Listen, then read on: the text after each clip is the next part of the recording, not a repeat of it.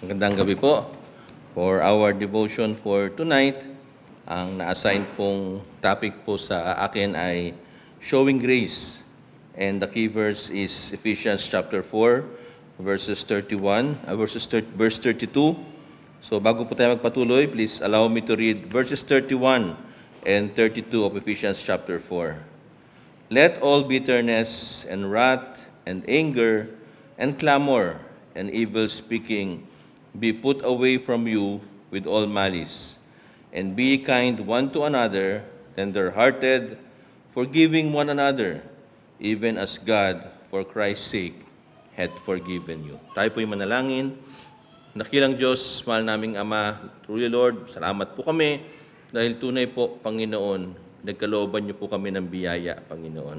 And Lord, allow us, Lord, that indeed, Panginoon, yung pong nais niyo na kaming tumanggap po ng biyaya ay tunay din pong ipamuhay the same grace that you have given us, Panginoon.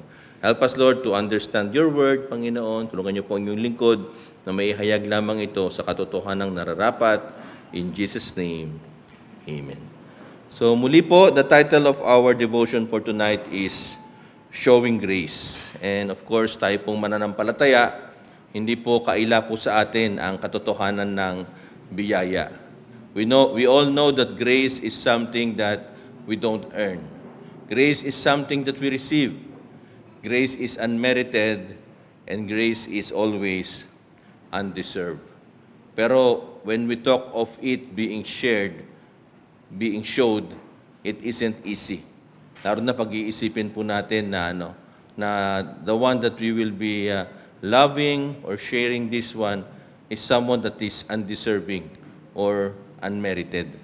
Kaya nga po, ito po ang kaparaanan na ginawa po ni Apostle Paul to the Ephesian believers wherein he made sure that indeed before they could be able to accord the grace, that they understand that indeed they were the ones freely be given by God first of this grace that He wants them to share. Kung tinignan po natin yung panimula po ng chapter 4, wherein our key verse was taken, Ephesians chapter 4, verse 1, I therefore, the prisoner of the Lord, beseech you that you walk worthy of the vocation wherewith ye are called. If you notice po, the word therefore is used sa start po ng ating pong verse. Therefore is a transitional word. So ito po, nag-transition po si Paul coming to Ephesians chapter 4, galing po sa first 3 chapters ng Ephesians. Ano po ba yung binanggit niya sa first 3 chapters of his letter to the Ephesians? He talked about a doctrinal message. He talked about what these Ephesian believers had received galing sa Panginoon. At ito po ang gusto niyang i-transition. Coming from verses 1 to 3, transitioning to verses 4 to 6, ay nais niya po ngayon ibanggitin sa kanila, ituro, now that you have learned what you have received from God, this is the way that now you have to respond. At ito nga po, if you look at the verse, the transition, I therefore, the prisoner of the Lord, the status of Apostle Paul when he was writing this letter, beseech you that ye walk. When we talk of walk in the Bible, it is always how we behave. It is our way of life. That ye walk worthy of the vocation wherewith ye are called. Worthy of the vocation means, stating here, dapat ang buhay po nila, their walk, their behavior should reflect what? It should reflect the grace, the love, and salvation that they have received. Ito po yung binabanggit po natin kanina, na pagkatapos pong ituro ni Apostle Paul lahat po of the spiritual blessings that they have received, now it's their turn. It's their turn to be able to live out this grace that the Lord has given them. Kaya nga po mahalaga yung yung indeed, we understand first the doctrine. We sit in to the message. Kung naalala niyo po si Martha and si Mary, di po ba? Martha was questioning Mary. Pero pinagtanggol siya ng Panginoon that indeed, yes, it is important that she listens to the Word of God. Kasi ito po yung pinapakita rito. Indeed, before we dive in to service or anything that we want to do for the Lord, we have to make sure that we understand yung pong katuruan ng Panginoon. And this is what Apostle Paul has done with the Ephesian believers. At muli po, sabi nga po natin, hindi po madali. Hindi po madali to be able to show grace to other people. Most especially if we showing grace, these are people who are undeserving. If you look at verse 2, with all lowliness and meekness, with long-suffering, forbearing one another in love. Ito po yung nais na ipakita ni Apostle Paul that indeed it is not easy. Kasi alam niyo po, when we are in conflict with someone, kunyari po sa ibang tao, sometimes ang expectation po natin, I can never be at peace with him. Not unless he changes, not unless na magbago siya. Di po ba? Most of the time, ganun eh. Ganun po yung ating pong hinaharap na sitwasyon whenever we are in conflict. But what does the Word of God says in Matthew 7? Di ba sabi nga, bago mo pansinin the mote in the eye of your brother, tignan mo rin, baka meron sa iyo. And this is what Apostle Paul is telling us. Kung gusto mong pansinin that indeed you say the conflict is because that brother or your sister is indeed the one who wronged you, sandali, tignan mo rin muna yung sarili mo. Kaya nga po ito yung binanggit dito with all lowliness and meekness, with long-suffering, forbearing one another in love. Okay? What is lowliness? Minsan sabi natin, hindi, dapat siya magbago. Pero ang sabi nga ng Panginoon, tignan mo rin yung sarili mo. That's grace, di po ba? Nung niligtas tayo ng Panginoon, we have to see what our situation. Our situation is that we are sinners, undeserving of mercy.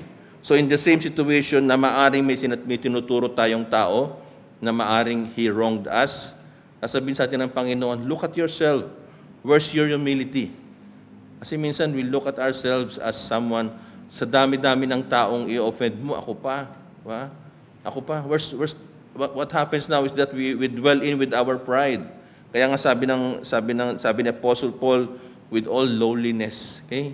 We should look at ourselves small, na hindi tayo magmamalaki. Okay? Meekness. How about meekness? Pag meekness po, it can be related to gentleness. Po ba?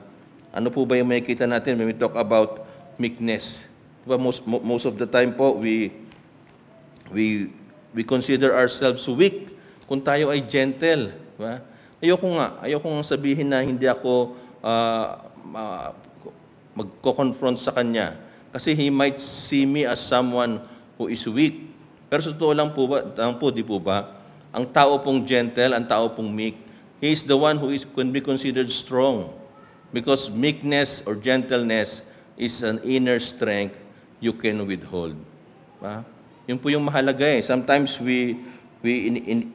iniisip po natin na tayo po ay dapat hindi makitaan ng kahinaan sa buhay po natin. But ayun sinasabi sa atin, look at your heart, di ba? Look at your heart. Ano po ba yung talagang mahalaga dyan? Is that what other people see or what the Lord tells us to do? At binanggit din po in verse 2, long-suffering, forbearing one another in love. Paring sabihin sa atin ng Panginoon, yes, you might be seeing the wrong in others, but where's your patience? Diba? Yun po yung grace eh.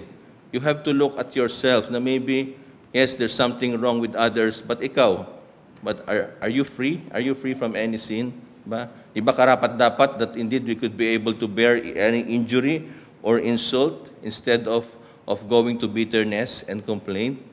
Yun po yung mahalagang pinapaalala po sa atin dito. Yes, it isn't easy to show grace. But us being recipients of such grace, ay dapat po meron po tayong kaparaanan to be able to show the grace that indeed we have once received. At ang tinuturo po ni Apostle Paul po dito in Ephesians is that we should be able to show this grace, most especially for the unity of the believers in Christ. If you look at verse number 3, endeavoring to keep the unity of the Spirit in the bond of peace. There is one body and one Spirit, even as ye are called in one hope of your calling. One Lord, one faith, one baptism, one God and Father of all, who is above all and through all and in you all. Napakahalaga po at indeed, where do we show grace? We show grace to our fellow believers. Dahil nga po, the foundation is indeed we have one God, one Father, one faith, and one baptism. Sometimes po kasi, alam niyo po yun, meron tayong kaparaanan that indeed there's some expectations when it comes to our fellow believers. Na pag na-offend po tayo ng kapwa mananampalataya po natin, we become impatient, na iniisip natin, they have betrayed us. Kasi nga po yung expectation natin about them being believers, ay dapat hindi po nila nagagawa yung mga bagay na yun sa atin. But then again, are we all excused from this? Hindi naman po, di po ba? Alam po natin yon. And indeed, yung nga pong kaparaanan of showing grace to one another ay siyang mahalaga para po indeed we could be able to keep the unity of the believers in Christ. Alam niyo po, one noticeable thing, sinasabi nga po, observe in our generation today, the reason why there is a sense of entitlement, sense of people being deserving, ay tunay po parang yun ang prevailing atmosphere at this time eh. Marami po, there are people who seek what? Meron silang parang entitlement sa mga bagay. And we Christians, we are not excused from this. And most of the studies, sinasabi nila, it can be attributed to social media. Kasi nga po, we can see in social media, highlight reels na yung mga tao nakatanggap po ng success, ng rewards, ng comfort, without any struggle. Na kung saan nakikita nila ganun kadali, that indeed they are entitled to these things, na even tayo po ay hindi po tayo na-excuse po dito. But then again, dapat nga po natin tandaan, di po ba, are we really entitled? Are we really deserving of anything? Wala naman po tayo talaga natanggap dito sa mundong ito apart from what God can give unto us. Kung naalala niyo po, di ba, yung the parable of the laborers in the vineyard? Di ba, nagtrabaho sila, someone worked for 1 hour, someone worked for 3 hours, someone worked for 6 hours, and someone worked for the whole day. Pero nung binigay ng landowner yung wages nila, they all received the same. They all receive a penny. And there's the question, sandali, ba? Sandali, ako I work for the whole day, and I deserve to receive greater than those who have worked less hours than me. Pero ano ba sagot ng Panginoon? Am I not the owner? Diba, kung may-ari nito? Is it not unlawful for me to do what is good for me? Kasi nga po, pinapaalala sa atin dito, everything that we have received, it is not because we deserve it. Everything that we receive is all because it is by the grace of God. Kaya nga po tayo po, we are in one family. We are all believers here. Huwag po sana tayo magkaroon po ng ganon na pakiramdam na maaari some of us would speak highly of ourselves because we are working a lot in this church, we do a lot. Hindi po. Wala pong ganon. Tayo po ay tunay na pare-parehong nakatanggap lamang po ng biyaya galing sa Panginoon. Kaya nga po ganon din po dapat yung pagtingin natin sa bawat isa, that in the event that there may be conflict within us, indeed we remember we are all recipients of grace. And if we are all recipients of grace, then definitely we should also be sharing the same grace na ipinagkaloob po sa atin. At alam po natin, hindi po talaga madali po ito. Hindi po madali. Most especially nga, sabi natin, it is something that is unmerited, it is undeserving. But then again, we have help. Malachi chapter 4, starting in verse 22 to 24, that he put off concerning the former conversation the old man, which is corrupt according to the deceitful lust, and be renewed in the spirit of your mind, and that ye put on the new man, which after God is created in righteousness and true holiness. The very thing that is important now, if we are able to impart grace to others, is that we should be reminded, we now have a new heart. Alam niyo po, for such time maybe that indeed, before we were saved, ang puso po natin ay maaring nasasaktan, marami na napagdaanan, especially with conflict with others. But once we were saved, di po ba, sino na po bang nanahan sa puso natin? It's the Holy Spirit. It's Jesus Christ. And that's what makes our hearts soft now. Knowing that indeed we have received salvation. Andiyan na ang Panginoong Hesus sa atin. Indeed, we have now a new creation. As 2 Corinthians 5:17 says, therefore, if any man be in Christ, he is a new creature. All things are passed away. Behold, all things are become new. So tayo po, are we unable to be able to show grace to others dahil mahirap po? Remember, tayo po ay may bagong puso na. Kaya nga po ang palaging pinapalaran ni Apostle Paul dito, when we are looking to be able to impart grace, look to your heart. Tingnan mo yung puso mo. Baka may mali dyan. May mali dyan sa puso mo kaya hindi mo kinakaya magbigay ng biyaya sa iba. And looking now to our key verse, ito po yung parang summary po. Ito po yung sarang summary na binigay po sa atin ni Apostle Paul of how to be able to live out. May mga binigay po sa ating paalala na kung saan to be able to really show grace to others, we have to put off all these things and make sure replace them with new ones na siyang tunay na kaparaanan for us to be able to show grace to others. Look at verse 31. Ang una pong binanggit sa verse 31, let all bitterness. Notice the word all. All bitterness daw po ay kailangan pong tanggalin po natin to be able for us to impart grace. Alam niyo po, mahirap po ang bitterness. Yung bitterness po, yan po yung mga bagay na itinatago natin sa sarili po natin. And the act of dwelling on grievances and we are nursing our own frustrations. Diba? Kung meron kang tampo, meron kang galit, andyan lang yan, hindi yan umaalis, diba? Yung bitter, sabi nga nila, ampalaya ka, hindi ka naka-move on. Okay? You dwell on that. You dwell on those things. And it's difficult. If you are longing for unity in a church, in unity for believers, bitterness is difficult. Kasi alam niyo po, when you are bitter, you tend to isolate yourself. Ayaw mo nang makisama, gusto mo mag-isa ka lang, because you always it's always stuck in your mind yung po mga bagay na nangyari po sa iyo. And sometimes the statement says, you should understand me, di ba? Itong taong ito, he did me wrong. May bagay siyang ginawa. But the problem is with bitterness, talagang hindi po tayo makapag-show ng grace because we cannot move on. And sometimes even, pag bitter ka, ang nangyayari pa po, you are getting away from reality. Yung iniisip mo tungkol sa kapwa mo ay malayo na dun sa katotohanan. Is that because you are always dwelling on it? Kaya nga po, ang paalala po sa atin ng Panginoon, there is no amount of pain. There should be no amount of suffering na dapat tayo ay magdwell po in bitterness. Because choosing to dwell in bitterness is choosing to be away from fellow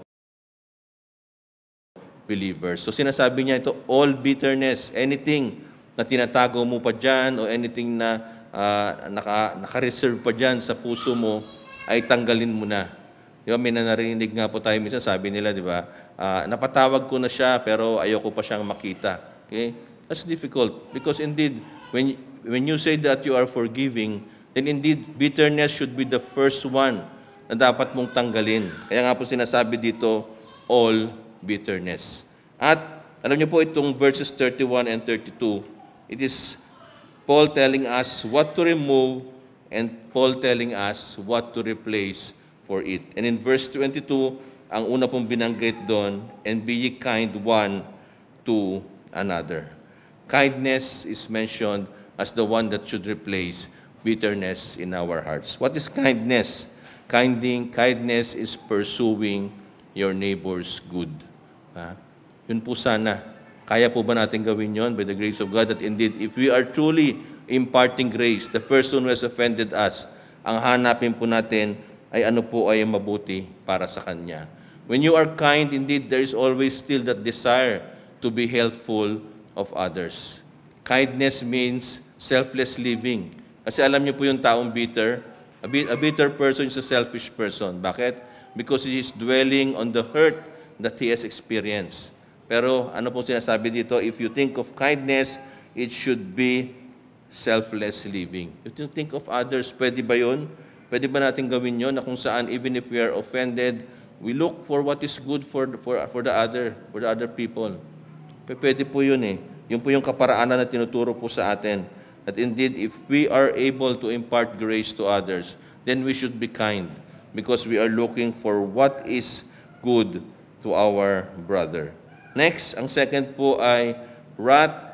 Sama-samahin po natin, wrath, anger, clamor, and evil speaking. Apat na bagay po ito na halos pare-pareho.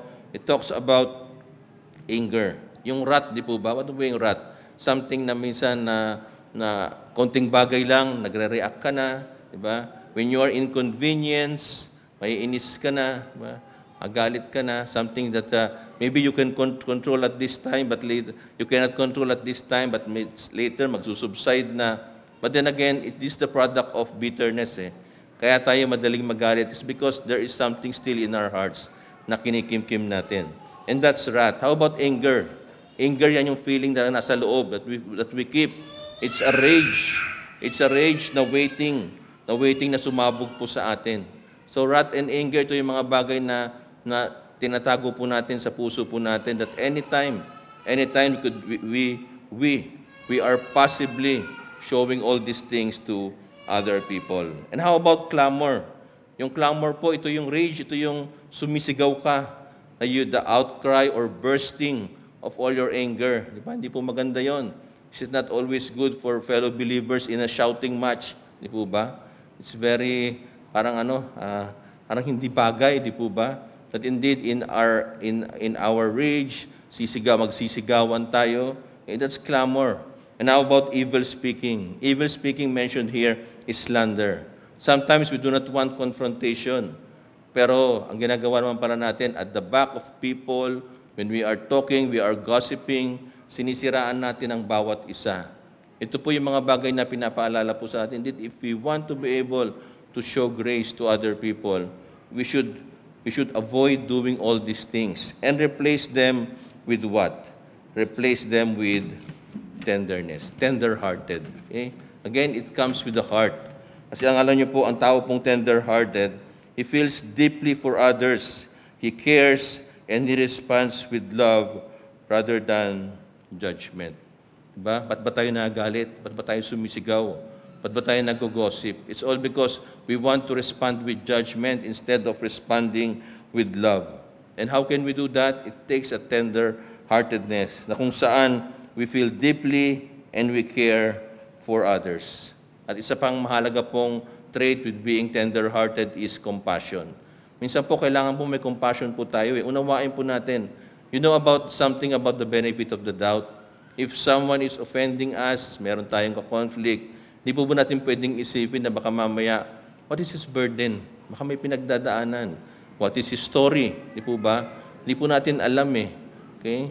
And if we want to show grace, di ba natin pwedeng iisipin yon that maybe there is a need for him, there is a help, there's something na pinagdadaanan niya, and this is a way.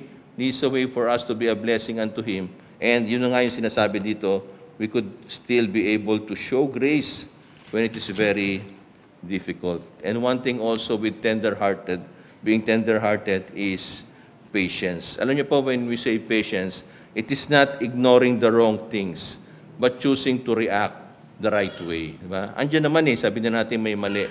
But if you are patient, you react differently. You don't react in anger. You give others room to grow. Diba? Tayo ba, ilang beses na ba tayo nagkamali sa Panginoon? And were we given some room ng Panginoon, some time to be able to learn, to be able to grow? Binigay po sa atin ng Panginoon yon. So tayo, can we not also give it to others? That's grace, di po ba? The same grace given to you when the Lord was patient for you, pwede rin po natin gawin sa iba. Instead, instead of responding with wrath, anger, clamor, and slander. It's all about looking what God has done for us. The care, the pardon that He has given us, the same thing that we have to give in sa iba. And if you will see the last thing mentioned dun sa verse 31, be put away from you with all malice. Kanina, all bitterness. Ngayon, all malice. There should be no ill will for us to any of our brothers and sisters. Di po ba? Dapat ba meron tayong masamang, narinig niyo na po ba yun, yung masamang tinapay? Naririnig ko yun sa radyo dati, pag nakikinig si Papa doon sa istasyon niya. Laging binabanggit ng broadcaster. Although titirahin niya yung sino man yun, wala akong masamang tinapay sa iyo, sabi niya. It's all about being, kailangan lang niyang sabihin ito. But for us, brothers and sisters, di po ba, tama ba na magkaroon tayo ng ill will may masama tayong pakiramdam sa kapwa natin, to the point, because if you have malice, maaari ito mag-result to violence. Di ba? Meron kang iniisip na hindi maganda sa kapwa mo. Kaya po napakalinaw, be put away from you with all malice. Okay? There is no bad desire in our hearts about others, most especially our brothers and sisters in Christ. And what do we replace with that? Sabi nga natin, going to verse 32, is forgiving one another. This is the very exact grace that we have received. Binigyan po tayo ng kapatawaran ng Panginoon. It's as simple as that. Pinatawad tayo ng Panginoon, why can't we forgive others? Forgiveness is the gospel, di ba? Ano po ba yung purpose ng forgiveness sa gospel? We were able to be restored in the relationship with God. At karoon din po sa atin.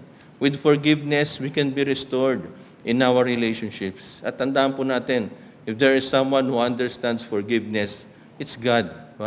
Ito po yung pinakamahalagang pag-imitate po natin sa Panginoon of showing grace. Alam natin yung pagdaanan ng Panginoong Jesucristo. Okay? Was He able to forgive? Yes, many times. Di ba? He was mocked. He was persecuted. Di ba? Ang dami niya na pagdaanan. He was shamed sa lahat po ng mga pagkakataon nung siya po'y nabubuhay. Di ba? The pain of rejection. Di ba? Lahat-lahat po yun. Napagdaanan po ng Panginoon. At ano pong sinabi niya during the last time, bago po siya mamatay? Ano pong sinabi niya? Father, forgive them, for they do not know what they do. And you see, that's forgiveness. Okay? Paano ba tayo? Can't we do that also? Na maaring if our brothers and sisters may be offending us, maybe it's because they're not clear in their minds what is the right thing to do. Kaya nga po napakahalaga nito lahat yung kindness, yung gentleness, and also forgiveness. Because all these things will give us the patience, the good heart, na para pagbigyan at bigyan ng panahon yung ating kapwa. And indeed, at this time, maybe they don't see yet. They don't see yet what is wrong, what should be the thing to be done. At kaya po napakahalaga, at this time, we accord them the grace. The same grace that was been given unto us. Kaya nga po, di po ba, we know vertical forgiveness. Vertical forgiveness, yung pagpapatawad sa atin ng Panginoon. And what follows after vertical forgiveness? It's horizontal forgiveness. The same forgiveness that the Lord God has given us, yan din po yung isang bagay na ini-expect po ng Panginoon na dapat maibigay din po natin sa ating pong mga kapwa. Kaya nga po, again, we are all believers here. We are all one family. We are all one body in Christ. Ano pong kapare-pareho po natin? We all receive grace. Okay? Wala po tayong may pagmamalaki. Lahat po ng mga bagay, especially yung kaligtasan po natin, ay sa biyaya lamang po ng Panginoon. Kaya nga po, if we look unto each other bilang magkakapatid, wala po sa atin ang pwedeng magmalaki, okay? Na dapat pantay-pantay po. At maybe if someone will offend us, we show them the grace, in as much as we expect also that if tayo naman po yung maka-offend, we will also be accorded the same grace. Bakit po?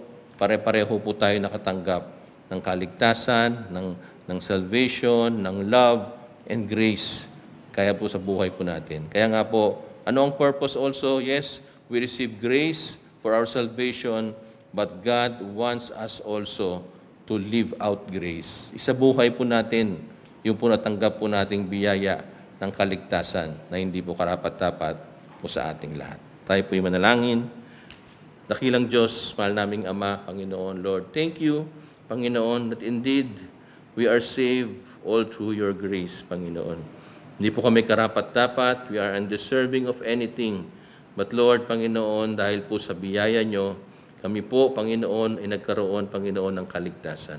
And Lord, help us to live out this same grace that you have given us, Panginoon. Help us to look in our hearts, Panginoon, na mga bagay na maaring magdadala po sa amin, Panginoon, sa kaparaanang hindi po namin magagawang ibigay din po yung grace to others, Panginoon. Help us, Lord, to dwell, Panginoon, on what we have received, and Lord, humble us, Panginoon, and see that indeed, Lord, Panginoon, kami po ay may kakayahang ibigay ito because you have given us a new heart. A heart, Panginoon, that is filled with your mercy and your love, where the Holy Spirit resides and Jesus Christ rules, Panginoon, sa bawat puso po namin. Thank you, Lord. All this we pray in Jesus' name. Amen. So, maraming salamat po. At bukas po, morning watch po muli. At magkita-kita po tayo come Sunday.